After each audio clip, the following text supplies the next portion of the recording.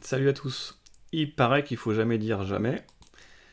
Donc, est-ce que je dois le dire? Bon, en tout cas, je vais faire deux vidéos. La première, j'ai décidé de faire ça en deux fois. La première, ça sera pourquoi je ne créerai plus d'entreprise en France. Et la deuxième, ça sera pourquoi je ne créerai plus de commerce. Donc, je touche du bois, on verra. Alors, première raison, l'instabilité fiscale et légale de la France. Parce que je voulais pas simplement dire, ouais, il y a trop de charges, il y a trop d'impôts. Bon, ça, tout le monde le dit, ça va, on va pas enfoncer les portes ouvertes. Le véritable problème, un des problèmes, c'est l'instabilité.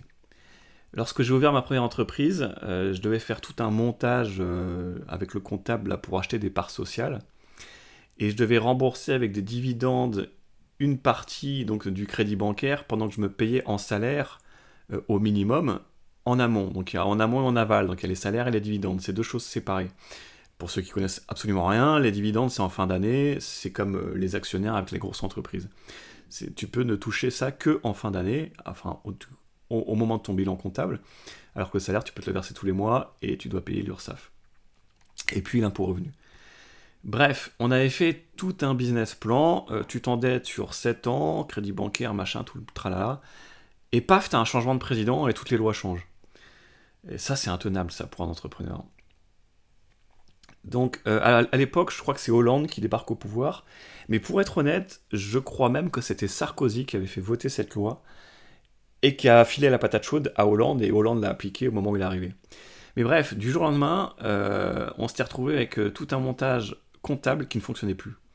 Et on devait se taper l'URSSAF sur le versement des dividendes, et en fait tout mon business plan, qui tenait au poil près, à l'euro près, avec une partie où je survivais avec un salaire de merde, et l'autre partie qui remboursait un crédit bancaire, paf, tu te retrouves avec 50% de charge en plus. Tu te dis mais c'est pas possible quoi les gars, je fais comment? Allô, monsieur le président, excusez-moi, ça passe pas. Et on est des milliers d'entrepreneurs pour qui ça passe pas, parce que tous les comptables de France, à cette époque, ils faisaient tous la même stratégie, qui était de rembourser tes crédits bancaires avec des dividendes et de te verser le reste en revenus. Je sais plus si c'est ça ou l'inverse. Non, ça doit être l'inverse peut-être d'ailleurs. Je crois que c'est l'inverse, excusez-moi. Parce que tu as des crédits bancaires qui étaient forcément qui tombaient mensuellement, et puis tu te versais tes revenus en dividendes en fin d'année, donc tu essaies de vivre la première année, de vivoter sur un peu d'économie. Je crois que c'était un truc comme ça. Bon, ça fait un paquet d'années déjà, donc. Mais bref, tu fais tout un montage. Je sais qu'à l'époque, c'était à la mode, tout le monde faisait pareil. Et du jour au lendemain, tout a sauté. Comme ça. Donc, je veux dire, on marche sur la tête, quoi. Le Covid, c'est le même truc. C'est un mec qui se lève un matin et qui décide de fermer le pays. À l'époque, moi, j'ai une cliente. Elle arrive, elle me dit tu sais que tu vas devoir fermer. Je lui dis mais qu'est-ce qu'elle a vu comme connerie encore comme propagande à la télé, quoi. Et je me disais, encore une naïve qui croit tout ce qu'elle entend à la télé. Parce que je pensais pas que ça pouvait être réel, un truc comme ça. Faut quand même se dire que c'est jamais arrivé dans l'histoire, hein, même pendant la peste, hein. Euh, donc, euh, donc elle arrive et elle m'explique, oui, tu dois fermer. Et là, je vois le discours du président, oui, tous les commerces qui ne sont pas de première nécessité, machin, vont fermer, truc. Je me dis, putain, ils ont pété les plombs. Je me dis, il va y avoir le Conseil constitutionnel qui va réagir, parce que le président, il s'est levé du mauvais pied, il a pris un rail de coke, tu vois. Normal, mais le Conseil constitutionnel va quand même lui rappeler que ce sont les déclarations des droits de l'homme, la liberté de circuler et de commercer. Et ben en fait non, pas de souci, c'est passé comme une lettre à la poste. Donc voilà, et c'est comme ça tout le temps en fait. Je peux pas retenir tous les exemples, mais il y en a plein. Puisque très récemment, t'as les auto-entrepreneurs qui sont passés, ils étaient d'une taxe, je sais même plus à combien elle était au début. Je me demande si c'était pas 18, 19 ou... Bref, c'est arrivé à 21, 22, et là, paf, ça passe à 25%, et puis paf, ça passe à partir de 2 000 € par mois. Mais les gars, tu peux pas te lever un matin et changer les lois comme ça du jour au lendemain. Il y a un moment, il faudrait que ce soit interdit ce truc-là. Un entrepreneur, c'est un gros paquebot qui a besoin d'une vision à long terme. Tu vois, on fait des projets à 5 ans, à 10 ans, à 15 ans. Alors évidemment, ça, en politique, ils changent de loi tous les 4 matins, ils ont aucune vision à long terme, donc ils savent pas ce que c'est, ça, ils en ont rien à foutre. Mais tu peux pas, tu te rends compte que les comptables de toute la France ont toujours les mêmes stratégies pour les entrepreneurs. Les remboursements, les machins, les lois fiscales, les trucs. Et tu changes tout comme ça, t'as des milliers d'entreprises et de business plans qui partent à la poubelle. T'as des milliers de mecs qui font faillite du jour au lendemain. Il y a un autre truc sur le changement de loi là pour les auto-entrepreneurs. Je fais un aparté. Mais quand tu changes de chiffre d'affaires pour la TVA, faut pas oublier que la TVA, il faut que quelqu'un la collecte et la reverse. Il faut que quelqu'un fasse les calculs. Donc il faut un comptable. Les auto-entrepreneurs, ils pouvaient se dispenser de comptable parce qu'ils n'avaient pas de TVA. Du jour au lendemain, dis donc, tu changes les chiffres d'affaires. Ça veut dire que les auto-entrepreneurs vont devoir revoir tous leurs coûts en fonction de la TVA, ce qu'ils n'avaient pas avant, et ils vont devoir payer 3 000 € de comptable, parce que je sais plus quels sont les prix aujourd'hui, mais il y a quelques années c'était ça. Donc maintenant c'est peut-être 4 000, mais ça aussi c'est un coût à intégrer pour l'auto-entrepreneur qui va se retrouver avec 2 100 € de chiffre d'affaires à payer un comptable à 3 000 € par an. Donc voilà, ça c'est encore un truc, ils en ont rien à foutre. Ils font des lois, ils te pondent ça du jour au lendemain, ils en ont rien à foutre. Je sais pas si tu réalises que quand le Covid a démarré, et après ils t'ont sorti qu'ils allaient balancer des crottes de nez aux entrepreneurs pour les dédommager, t'avais quand même une loi qui expliquait, je crois que c'était en février-mars, ouais c'est ça, 2020, hein, t'avais quand même une loi qui expliquait que les entrepreneurs devaient avoir créé leur entreprise, je crois que c'était... Elle devait avoir 1 an d'ancienneté ou 2 ans, je sais plus. En clair, t'as des mecs qui ont investi les économies de toute une vie en janvier 2020, qui se préparent depuis 1 an, toute l'année 2019, allez, on va monter une super grosse affaire, machin truc, de bricolage, je sais pas quoi. On va mettre, et on a hérité du papy, et puis on va aussi mettre toutes les économies de la famille. Paf, tu balances, paf, grosse affaire, 600 000 €. T'arrives, tu fais un crédit bancaire, tu mets 150 000 € dedans, tout ça. Et puis, t'as un mec qui te dit, ouais, et ben en fait, tu dois fermer. Et puis, au fait, n'oublie pas que tu n'auras pas de dédommagement parce que tu viens de créer ton entreprise. Donc, t'as des mecs, le 1er janvier, même pire, je sais plus, c'était quand, début mars, bon, je sais plus, disons que c'était le 4 mars ou je sais pas quoi. Le 3 mars, ils ouvrent le store du magasin, le 4 mars, ils le ferment. Et ils le rouvriront plus jamais. T'as des mecs qui se sont endettés sur des années, qui ont mis toutes les économies de la famille, qui ont coulé l'entreprise avant même d'avoir ouvert le store, sans aucun dédommagement. Et ça, ces mecs-là, personne n'en a jamais parlé, ni aux infos, nulle part. C'est du délire complet, quoi. Et ça, parce qu'un gars s'est dit, on va changer la loi d'un coup. Donc les gars, mettez-nous 99% de taxes, on s'en branle. Mais ne changez pas de loi tous les 4 matins, allez-y direct. Moi je pense qu'il faudrait faire ça, c'est allons-y direct, on met 99% d'impôts, de taxes, on décrète qu'on doit bosser 7 jours sur 7. Mais rendez-nous complètement esclaves, mais arrêtez de changer des putains de lois, c'est aberrant ce pays, quoi. Et je suis même sûr que tu demanderais aux entrepreneurs, ils préféreraient demain avoir 75% de taxes qui ne changeront jamais pendant 30 ans, jamais, et pas que les taxes, mais les lois, hein, donc on leur interdit pas de commercer du jour au lendemain, etc. Quoi. Donc on te dit, voilà, maintenant tu as 75, de toute façon c'est déjà presque le cas, mais tu as 75, 80, 90% de taxes, il n'y a plus rien qui changera pendant 30 ans. Mais là, je signe, mais tout le monde signe, là, je veux dire, il n'y a pas de souci. Tu vois, un entrepreneur, il doit quand même, parce que c'est quand même l'État qui lui demande, il doit provisionner ses coûts, les charges pour l'URSSAF, les impôts sociétés, les impôts revenus, la TVA. Tu peux pas changer de loi tous les 4 matins, alors que le type, il doit avoir un fonds de roulement pour gérer ses stocks, gérer ses fournisseurs, calculer ses coûts de revient pour savoir quels sont ses prix de vente. En plus, t'as l'inflation au milieu, donc il doit quand même pas se tromper. Enfin, tu peux pas. Il y a un moment, t'as des débiles qui dirigent, qui changent de... Allez hop, on met un coup à bâbord, un coup à tribord, et on change comme ça de bord dans tous les sens. Et puis on met la voile dans un sens et puis dans l'autre. Non, tu peux pas, c'est pas possible, quoi. Donc ça, voilà, ça c'est les lois débiles qui changent tous les 4 matins, première raison. Deuxième raison, un entrepreneur en France, on va briser le tabou, il gagne le SMIC horaire. Et ça, peu de gens le disent, et peu de gens le reconnaissent, y compris souvent les entrepreneurs eux-mêmes. Mais donc, il faut le percer, ce tabou, il faut le dire. Tu trouveras pas mal d'entrepreneurs qui font 3 ou 4 000 € par mois, des artisans, etc. Mais si tu calcules l'intégralité des heures dédiées à leur activité, ça passe des courses au magasin à métro si tu es restaurateur, au garage si tu as un camion et que tu es artisan, tu dois aussi réparer, entretenir ton camion. Le dimanche matin, tu t'occupes de prospecter, non pas prospecter le dimanche matin, mais le soir plutôt, ou alors le dimanche matin, tu fais tes factures, tu relances tes emails, tu t'occupes des déclarations sur les sites administratifs et publics, Quand tu intègres l'ensemble de toutes les heures dédiées à ton travail, en réalité, les patrons français gagnent le SMIC horaire. Et ça, peu de gens en prennent conscience. Je discutais avec un patron d'auto-école, et il m'expliquait qu'il gagne environ 1 € de bénéfice par heure de conduite. Je crois il devait avoir 3 salariés, je crois.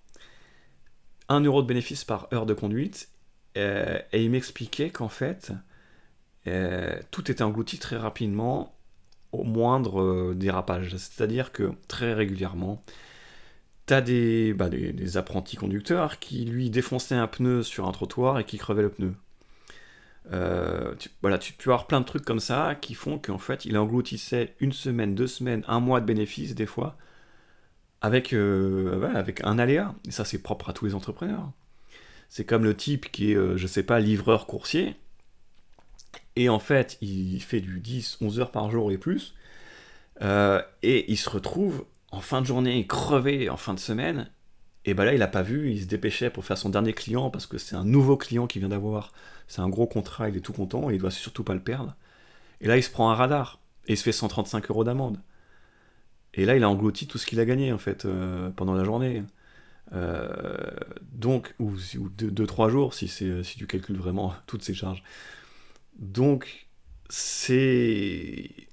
Ouais, tu dois rajouter, évidemment, les embrayages cramés sur les auto-écoles, les malus d'assurance. Bon, là, je prends l'exemple des auto-écoles, parce que je pense à ce type qui m'avait raconté. Je me souviens d'avoir vu plusieurs reportages sur des directeurs d'Intermarché, donc directeurs propriétaires.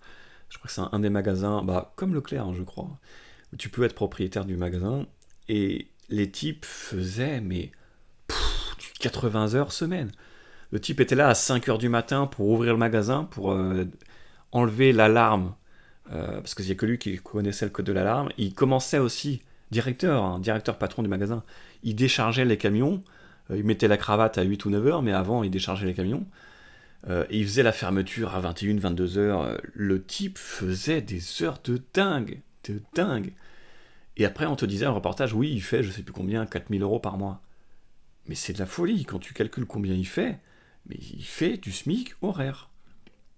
Alors oui, il y a des bons salaires dans certains secteurs, mais il faut vraiment comparer les choses.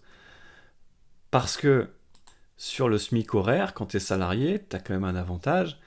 Alors certains font récupérer en RTT, mais t'en as qui te payent, et tu as 25% de majoration, et ensuite 50% de majoration. Tu es aussi majoré sur tes heures de nuit, tu es majoré sur tes jours fériés. Donc, chiffre à l'appui, tu as quand même peu de chances de vraiment percer et de bien gagner ta vie comme entrepreneur, à moins de faire du 60 heures semaine, et tu seras très vite plafonné dans les 3 000 € par mois, avec toutes les incertitudes qu'on a déjà citées sur les incertitudes politiques, fiscales. Donc c'est pas très joyeux, en vrai t'es quand même pas plus mal logé en faisant des heures sup, 50 heures semaine en étant salarié. Troisièmement, il n'y a que les riches qui deviennent riches, ou pauvres évidemment, parce que tu peux t'appauvrir quand tu es riche aussi. Quand tu lances une entreprise, tu as besoin d'un excellent emplacement. Donc si c'est une entreprise sur internet, pour le coup ça va être un très bon nom de domaine, et puis tout le SEO, tout le référencement, ça coûte une blinde aussi. Donc, mais là on va rester sur le commerce. Donc tu as besoin d'un très bon emplacement, et donc tu dois être riche pour avoir cet emplacement. Si tu es pauvre, tu auras un mauvais emplacement, et donc tu seras toujours pauvre. Parce que si tu es pauvre, tu feras un chiffre d'affaires de pauvre. Il y a quelques chiffres qu'on va donner. 50% des entreprises cessent leur activité avant d'atteindre les 5 ans. 50%. 95% des entreprises sont des TPE en France. TPE, c'est jusqu'à 9 salariés. 95% des entreprises sont des TPE. Et parmi celles-ci, 60% sont des auto-entreprises. Et parmi ces auto-entreprises, seulement 20% dégagent plus que le SMIC. Je ne sais pas si tu percutes sur les chiffres, mais tu as donc 95% de chances en France d'avoir une entreprise minuscule qui ne grandira jamais. 95% de chances. Et parmi ces 95% de chances, t'as plus de la moitié de rester dans une auto-entreprise qui gagnera moins que le SMIC. Donc, vraiment, pour percer le potentiel de réussite que tu peux avoir, statistiquement, Même avec une idée de génie, il faut y aller, il faut se lever de bonne heure. Et puis, j'ai appris en discutant avec des commerçants, j'en ai plein des anecdotes et des histoires. euh, Souvent, dans un commerce, tu as une phase ascendante, et puis ensuite c'est stable, et ensuite c'est descendant. Surtout qu'il y a aussi des effets de mode, de nouveautés. Quand il y a un nouveau commerce qui ouvre le store, les gens veulent être curieux, etc. Et les anciens commerçants, ils avaient souvent comme stratégie, quand c'est croissant, ils gardent, quand c'est stable, ils vendent, parce qu'ils savent qu'après la stabilité, il y a la descente. Et donc le mec qui rachète, il est toujours en fin de parcours, il achète un truc qui est sur le point de descendre. Et quand tu rachètes un pas de porte qui souvent coûte cher, pour transformer la boutique, t'as payé pour rien, parce qu'en fait, si t'achètes un magasin qui vend de la lingerie et tu le transformes en magasin qui vend du whisky, bah forcément tu recommences à zéro. Donc en fait, tu as payé un fonds de commerce juste pour avoir l'emplacement. Alors pas le fonds dans le sens matériel, mais tu as payé le pas de porte, tu as payé le droit au bail, et au final ça te sert à rien, c'est de l'argent à la poubelle. Ensuite, quand tu es commerçant, tu as quand même une limite de zone de chalandise. Le monde entier ne va pas venir chez toi. Donc tu atteins très vite une phase de maturité où tu ne grossis plus. Alors après, évidemment, tu peux diversifier, faire des franchises. Ça te demande encore du temps parce qu'il va falloir faire des salons de franchiseurs, il va falloir mettre un manager à ta place.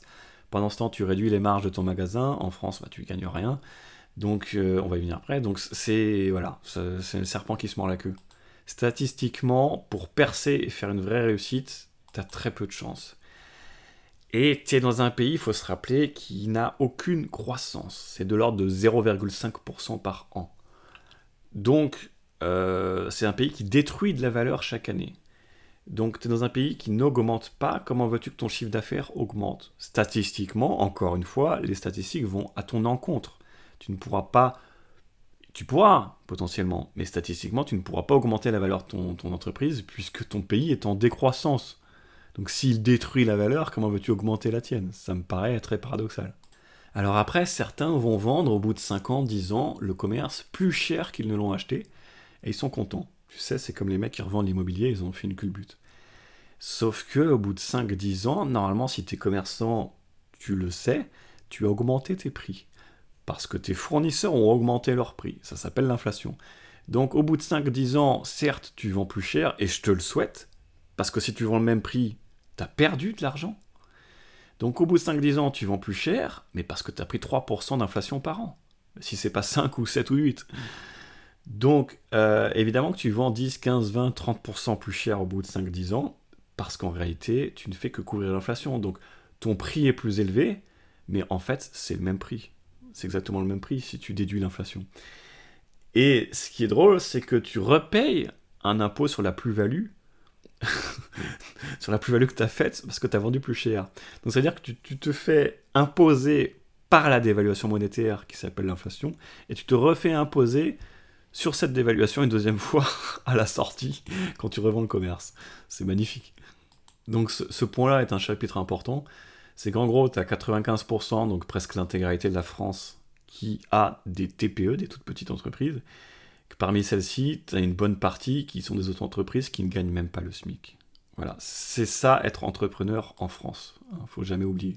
Et on te dit oui, mais c'est normal, c'est parce que c'est des gens qui sont à mi-temps, donc ils sont encore salariés, puis ils ont une petite auto. Bah oui, mais les mecs, s'ils faisaient 5 000 € par mois, ils seraient pas salariés. Donc oui, ils ont une entreprise, auto-entreprise à mi-temps. Bah c'est normal, c'est parce qu'ils n'arrivent pas à gagner leur vie. Donc t'as sûrement du génie si tu veux lancer une entreprise, mais voilà, oublie pas les statistiques. Maintenant, dans ceux qui font 2, 3, 4 000 € par mois, oublie pas, parce que j'étais un peu là-dedans, quoi, oublie pas les remboursements bancaires. Donc ça, c'est sur le papier, 3 000 €. Ça, c'est arrêté, c'est que tu rembourses un crédit bancaire. Et que tu peux revendre ton commerce moins cher que tu ne l'as acheté. Donc, entre-temps, tes 3 000 €, en réalité, tu as touché 500 € par mois. Tu as 2 000 qui sont passés dans les remboursements de crédit bancaire. Parce que je prends mon premier exemple de ma première entreprise, j'avais fait un montage où je rachetais des parts sociales sans holding, parce qu'une holding, en fait, il faut créer une deuxième entreprise. Donc tu crées une deuxième entreprise pour racheter une autre, Tu te retrouves avec un comptable qui se paye sa Cadillac. Enfin, lui aussi, il paye les impôts, mais parce qu'il te prend 2 fois plus pour 2 entreprises. Donc, pour tout un tas de raisons, je m'avais fait un crédit direct. Donc, les impôts peuvent bien penser que tu gagnes de 3 000 € par mois, mais la réalité, c'est que tu rembourses un crédit comme si c'était un crédit à consommation. Donc, il y a des cas de figure particuliers où tu te fais plumer, et pour les impôts, tu gagnes 3 000 € par mois, mais en fait, pas du tout, tu gagnes 500 balles par mois. Donc, ça aussi, ça doit bien empiéter sur les chiffres et les statistiques officielles. Et puis, à la fin, tu espères récupérer tout cet argent que tu as remboursé à la banque, sauf qu'il y a quand même une partie qui sont partis dans les intérêts. L'autre partie qui part, oh putain, je m'étais tapé du 5 000 € de pénalité en remboursement anticipé. 5 000 €. Donc tu as une autre partie qui part dans les remboursements anticipés, car quand tu revends, tu dois solder ton crédit. Et tu peux revendre moins cher. Donc tu récupères même pas l'argent que tu as remboursé. Donc en fait, même quand tu fais 2 000 à 3 000 € par mois, c'est pas parce que les impôts te disent ces statistiques, c'est ce que les gens gagnent réellement. Mais après, si tu n'es pas découragé et que tu es prêt à faire 0,5% de croissance par an de ton entreprise, et que tu démarres avec 20 000 €, et bah écoute, 0,5% par an, tu mettras quelques années à être millionnaire. Et puis la dernière raison, quatrième raison, c'est que pour ouvrir l'entreprise, soit tu feras du service, soit tu feras de la vente de produits. Il n'y a pas 36 solutions. Donc, si tu fais du service, tu vends ton temps libre. Donc, t'es bloqué évidemment, mais tu pourras jamais être millionnaire parce que ton temps est limité à 24 heures par jour.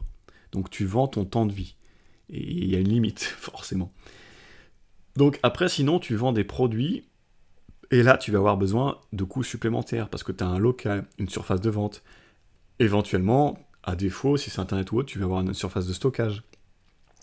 Tu peux avoir des camions pour la livraison avec des coûts associés. Donc, dans tous les cas de figure, il va être quasiment impossible de croître. Pourquoi ? Parce que si tu grandis, tu as la nécessité de recruter des employés. Et les employés en France qui font 35 heures, ils sont hors de prix pour l'entreprise. Je te passe tous les détails. Les mecs, ils aiment bien ça sur YouTube. Et les arrêts maladie, le bordel, on s'en fout. C'est pas la question. Mais c'est très cher de rentabiliser un employé. Donc les boîtes qui recrutent, c'est bien souvent pour répondre à une demande, parce qu'elles ont une demande qui augmente et elles n'ont pas envie de perdre leurs clients. Mais si tu demandes vraiment aux entrepreneurs, ils sont souvent très emmerdés de recruter, parce qu'ils le font par obligation, mais ils savent qu'ils ne gagneront pas plus. Il y avait un couple de boulangers aussi avec qui j'ai discuté, je crois qu'ils avaient 25 ans de carrière. Ils avaient acheté une boulangerie, revendu, racheté, revendu, mais toujours la même, tu vois, je crois que c'est 3 fois de suite. C'est une histoire assez drôle, leur histoire. Et ils me disaient qu'ils ont vu les choses se détériorer, quoi. Et en fait, là, ils ont de nouveau revendu il y a 2 ans, je crois, surpassé devant le point de vente, là, et ils y étaient plus. Et en fait, à leur début, ils arrivaient à être assez rentables, tu vois, il y a 25 ans en arrière. Mais aujourd'hui, tu vois, ils avaient dû, juste avant de vendre, ils ont viré leurs employés. Je crois qu'il y en avait 2 à mi-temps, il me semble. Parce que, en fait, t'entendras ce discours partout, l'argent gagné sur leur employé, c'était rien. En fait, ils perdaient de l'argent, donc ils devaient récupérer l'argent que leur employé avait perdu en travaillant encore plus. C'est difficile à concevoir ça pour quelqu'un de normal, mais les taux de marge derrière, la rentabilité, elle est pas au rendez-vous. Et ils se sont retrouvés finalement à réduire les heures d'ouverture de leur magasin, et finalement ils ont fini par faire le choix de perdre des clients s'il fallait, parce que c'était pas rentable, quoi. c'est plein de choses contre-intuitives que les gens ne comprennent pas. Donc la conclusion de cette raison-là aussi, c'est que les boîtes recrutent à contre-cœur, par nécessité, très souvent, pour des chantiers. J'avais un copain aussi menuisier qui avait repris une grosse entreprise de menuiserie. Il est obligé de recruter, mais ça le faisait chier, parce en fait, il est obligé pour des chantiers, parce qu'il lui manque de la main-d'œuvre. Mais il sait qu'il ne gagnera pas plus. Ou alors, comme le patron d'auto-école, il va faire 1 euro de bénéfice par heure sur son employé, avec tous les coûts associés et les accidents, un machin, je sais pas, un truc qu'ils auraient construit qui tombe par terre, qui se casse, et il t'engloutit tout ton bénéfice, et c'est effarant, on se rend pas compte. En fait, le stade crucial pour une entreprise, c'est de passer de TPE à grosse entreprise, avec des centaines de salariés. Les histoires comme les familles Dassault, Carrefour et compagnie, les Auchan, la famille Muliez et compagnie. Et c'est très rare, les statistiques, on vient de les donner, mais c'est rarissime. Et quand tu veux développer la taille, tu te retrouves à un stade intermédiaire où tes employés ne sont pas rentables, et puis surtout, il y a quand même beaucoup de boîtes qui sont développées à une époque où c'était quand même un peu plus correct. Euh, et tu as beaucoup d'entreprises qui vont éclater en plein vol, parce que le fonds de roulement nécessaire pour le passage d'une TPE à une grosse boîte, c'est pas possible, t'arrives pas à suivre en fait. Donc t'en as plein à la fin qui vont finir avec un kebab et avec du black, mais ils vont rester tout seuls dans un commerce et faire du black, et vont essayer de s'en sortir comme ça. Et ils feront finalement leurs 2000 euros, leurs 3000 euros, et puis ils ont renoncé à toute ambition à dépasser ce volume-là. Et ils sont déjà contents quand ils le font, et quand ils sont payés en liquide, parce qu'ils ont abandonné toute ambition, quoi. Et maintenant, quand tu compares ça à être salarié et faire des heures sup, euh, et en fait, franchement, hein, c'est kiff kiff Borico, hein. Voilà, j'ai tenu ma promesse, je vous ai pas dit les portes ouvertes habituelles avec les chargeurs SAF, les impôts, les machins, les trucs. Ça, tout le monde le sait, et je vous donne rendez-vous pour la prochaine vidéo où là on parlera de manière générale de pourquoi ne pas ouvrir un commerce.